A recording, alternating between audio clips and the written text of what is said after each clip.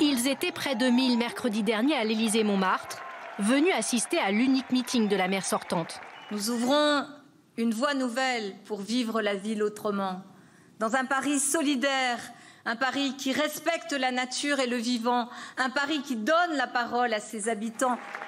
Et un Paris très endetté. Sous le mandat d'Anne Hidalgo, la dette parisienne a augmenté de 50%. En réalité, ce chiffre serait même plus élevé et atteindrait 6,7 milliards d'euros.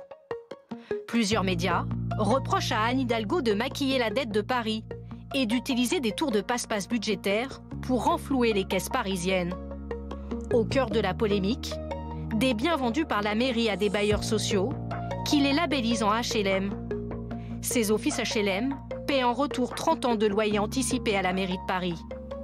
Dans le camp de Rachida Dati, on dénonce le procédé. Ce qu'on découvre, c'est que Mme Hidalgo a fait un double maquillage. D'une part, elle a transformé du logement en soi-disant logement social, en le conventionnant auprès d'organismes HLM. Et puis par ailleurs, elle s'est fait verser à l'avance 30 à 50 années de loyer par ces offices HLM. Et la Cour des comptes et la Chambre régionale des comptes ont mis en avant le fait que c'était contre tous les principes budgétaires, qu'on appelle l'annualité budgétaire, qui fait que vous dépensez en une année que ce que vous recevez en une année et que vous ne pouvez pas prendre toutes vos recettes anticipées à l'avance. Et puis par ailleurs, ça a été possible uniquement grâce à un arrangement avec le gouvernement de François Hollande. Et donc maintenant, c'est les Parisiens qui vont en payer les conséquences.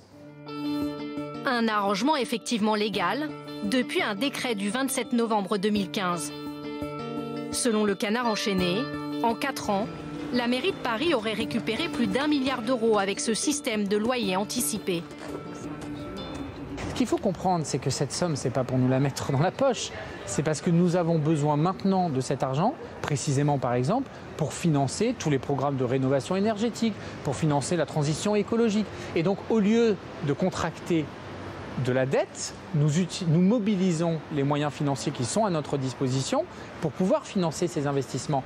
Et donc, pour ceux qui s'opposent à ça, qu'ils expliquent comment ils feraient. Soit ils renoncent à des investissements, soit ils iraient le chercher en augmentant les impôts.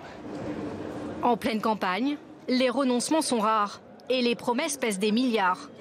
Transition écologique, logement, transport. Mais tous les candidats proposent en même temps de baisser la dette.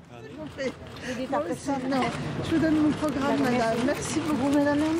Nous avons prévu dans le programme de budgéter la totalité des mesures que nous faisons. Nous n'augmenterons ni la dette, ni les impôts des Parisiens. Pour 1 euro dépensé, je mettrai en face à chaque fois 1 euro économisé. Pour Agnès Buzyn, ne pas remplacer une majorité de départ à la retraite sera la clé pour réduire les dépenses de la ville.